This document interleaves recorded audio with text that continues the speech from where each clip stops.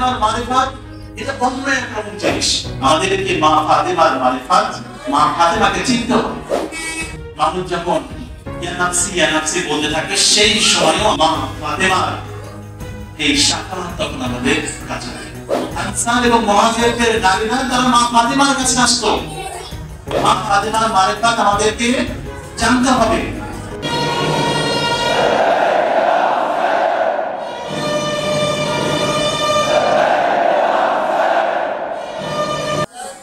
ইন্না আ'তাইনাকাল কাউসার ফাসাল্লি লিরাব্বিকা ওয়ানহার ইন্না শানিআকা হুয়াল আবতার। সাল্লাল্লাহু আলাইহি ওয়াসাল্লাম। এমন একজন নারীর জন্মদিবস, যেই নারীর ফাজিলাত, যেই নারীর মর্যাদা, যেই নারীর বৈশিষ্ট্য, যেই নারীর মারিফাত অর্জন করা, যে নারীকে চিনা মুমিন এবং মুমিনাতদের জন্য আল্লাহ রাব্বুল আলামিন ফরজ করেছেন। যারা মা ফাতেমার মারিফাত অর্জন করেছে, মা ফাতেমার ফাজিলত, মা ফাতেমার বৈশিষ্ট্য, মা ফাতেমাকে যারা চিনতে পেরেছে, মা ফাতেমা জাহরা সালামুল্লাহ আলাইহা জীবদ্দশাতে আল্লাহ রাসূলের সাথে যারা ছিল তারা মা ফাতেমাকে স্বচক্ষে দেখেছে। মা ফাতেমার জীবনী তারা স্বচক্ষে অবলোকন করেছে। মা ফাতেমার বৈশিষ্ট্য তারা জেনেছে।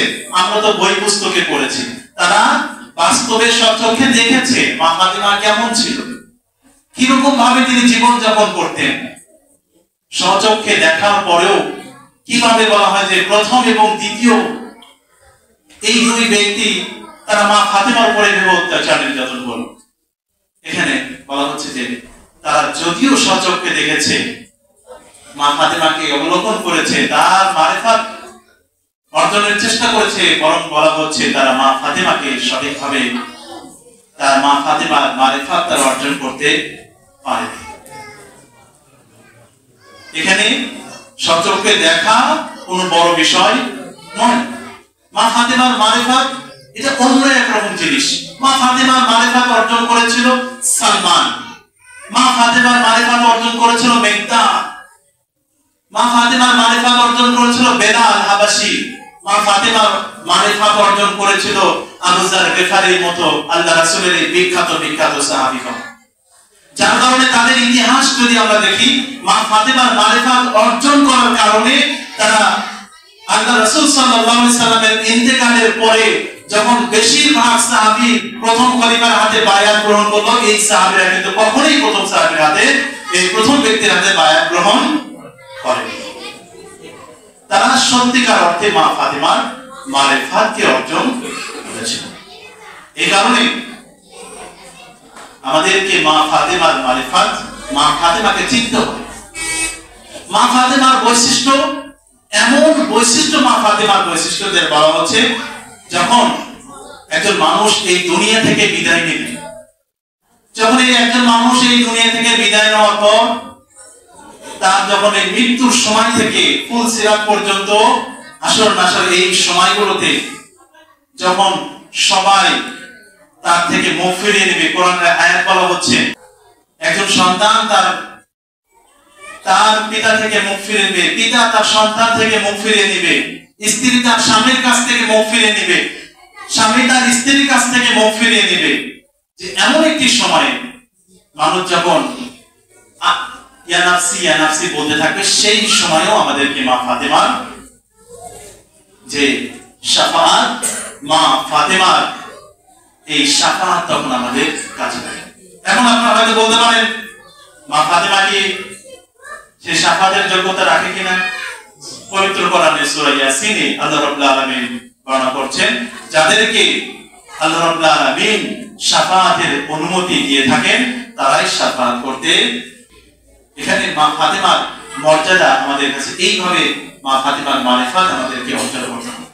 মা ফাতেমার জীবনী থেকে যদি অল্প কিছু সময়ে, তার জন্ম থেকে যদি একটু আলোচনা করে কিঞ্চিত অংশ আমরা দেখতে পাবো, মা ফাতেমা জাহরা সালামুল্লাহ আলাইহা তিনি যখন মায়ের পেটে অবস্থান করছেন হযরতে খাদিজাতুল কুবরা সালামুল্লাহ আলাইহা তিনি যখন নিঃসঙ্গ অবস্থায় মক্কার নারীরা তাকে ত্যাগ করে চলে গিয়েছে, কারণ ছিল হযরতে খাদিজা আরবের মধ্যে স্বনামধন্য ধনাঢ্য অবস্থায় থাকার পরও কিভাবে একজন ইয়াতীম মুহাম্মদকে সে বিবাহ করেছিল। এই কারণে মক্কার নারীরা হযরত খাদিজা থেকে কিন্তু দূরে সরে গিয়েছিল।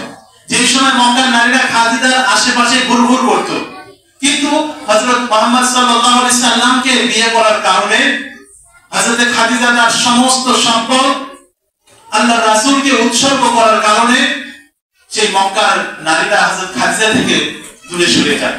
এমন একটি সময় হযরত খাদিজা যখন নিজের পেটে হযরত ফাতেমা জাহরা সালামুল্লাহ আলাইহাকে ধারণ করলেন, সেই সময় লক্ষ্য করা যায় যে হযরত খাদিজা সালামুল্লাহ আলাইহাকে মায়ের পেট থেকে হযরত ফাতেমা জাহরা তার মায়ের মা ফাতেমা জাহরা সালামুল্লাহ আলাইহা নিজের একটা হাদিসে তিনি বলছেন যে আমি কিভাবে এই দুনিয়াতে আসলাম।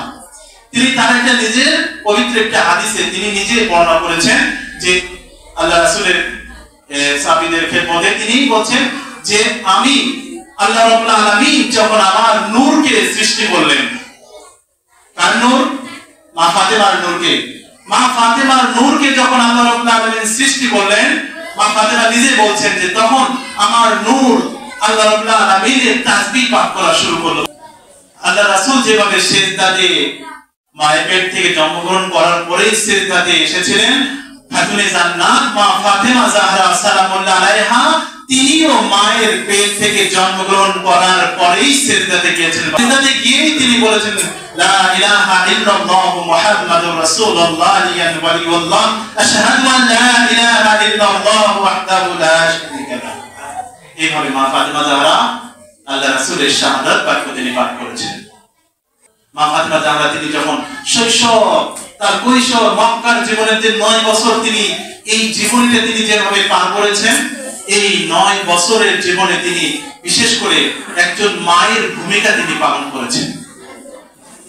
আমরা জানি আল্লাহ রাসূল সাল্লাল্লাহু আলাইহি সাল্লামের মা মাত্র আল্লাহ রাসূলের বয়স যখন 7 বছর ছিল তখনই তার মা আমেনা দুনিয়া থেকে বিদায় নেন, এবং সেই ভূমিকা হযরতে ফাতেমা জাহরা সালামুল্লাহ আলাইহা তিনি তার আল্লাহ রাসূলের মায়ের ভূমিকা তিনি পালন করেছেন। তিনি আল্লাহ রাসূলের এমন ভাবে তিনি সেবা যত্ন করতেন যে মক্কার লোকেরা যখন আল্লাহ রাসূলের গায়ের উপরে নারী ভুঁড়ি চাপিয়ে দিত, পচা নর্দমা চাপিয়ে দিত, মা ফাতেমা জাহরা সেগুলোকে পরিষ্কার করতেন। এইভাবে 9টা বছর আল্লাহ রাসূলের পাশে থেকে তিনি আল্লাহ রাসূলকে খেদমত করেন। এবং মা ফাতেমা জাহরা সালামুল্লাহ আলাইহা তার আরেকটি দায়িত্ব ছিল।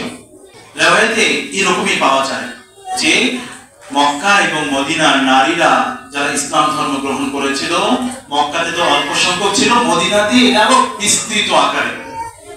মক্কা মদিনার নারীরা, আনসার এবং মুহাজিরদের নারীরা তারা মা ফাতেমার কাছে আসতো, মা ফাতেমার কাছ থেকে তারা দ্বীন অর্জন করেছে। এইভাবে মা ফাতেমা ছিলেন।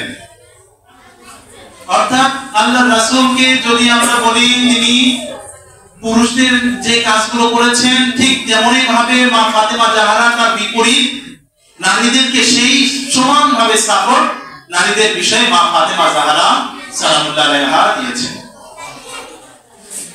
এমন ছিল মা ফাতেমা।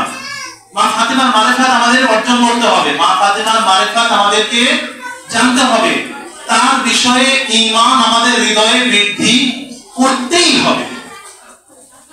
মা ফাতেমার জীবনীতে আমরা দেখি, মদিনার জীবনীতে আমরা একটা ঘটনা সবাই জানি যে মা ফাতেমা জাহরা এত পরিমাণ জাতা পিষতেন যে জাতা পিষতে পিষতে মা ফাতেমার হাতে ফোসকা পড়ে যেত।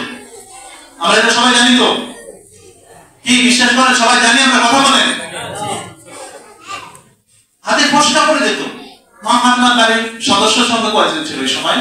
হাসান হুসাইন, জাইনাব, উম্মে কুলসুম আরেকটু পরেই ধরলাম, তারপরে জন্মগ্রহণ করেছে, আলী এবং একজন খাদেমা ছিল বিদ্যা, তাই তো?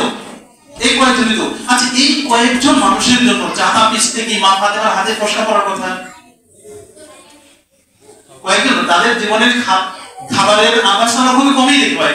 এক বেলা খেয়েছে তো আর এক বেলা খায় নাই, একদিন খেয়েছে তো পরের দিনে আবার সামান্য একটু খেয়েছে। তাহলে মা ফাতেমার হাতে ফোসকা কেন পড়লো? আমরা কি এই বিষয়ে কখন চিন্তা করেছি? এই মা ফাতেমার এই সুন্নাত, যে কারণে মা ফাতেমার হাতে ফোসকা পড়েছিল, সেই একই সুন্নাত মা ফাতেমার যত সন্তান ইমাম মাহদী আলাইহিস সালাম পর্যন্ত আছে, সবার পিঠেই ওই রকম, সবার পিঠে ওই রকম কালো দাগ, পড়া দাগ দেখা যেত। যেমন ভাবে মা ফাতেমার হাতে ফোসকা ছিল, মা ফাতেমার সন্তানদের পিঠে সেই পড়া দাগ দেখা যেত।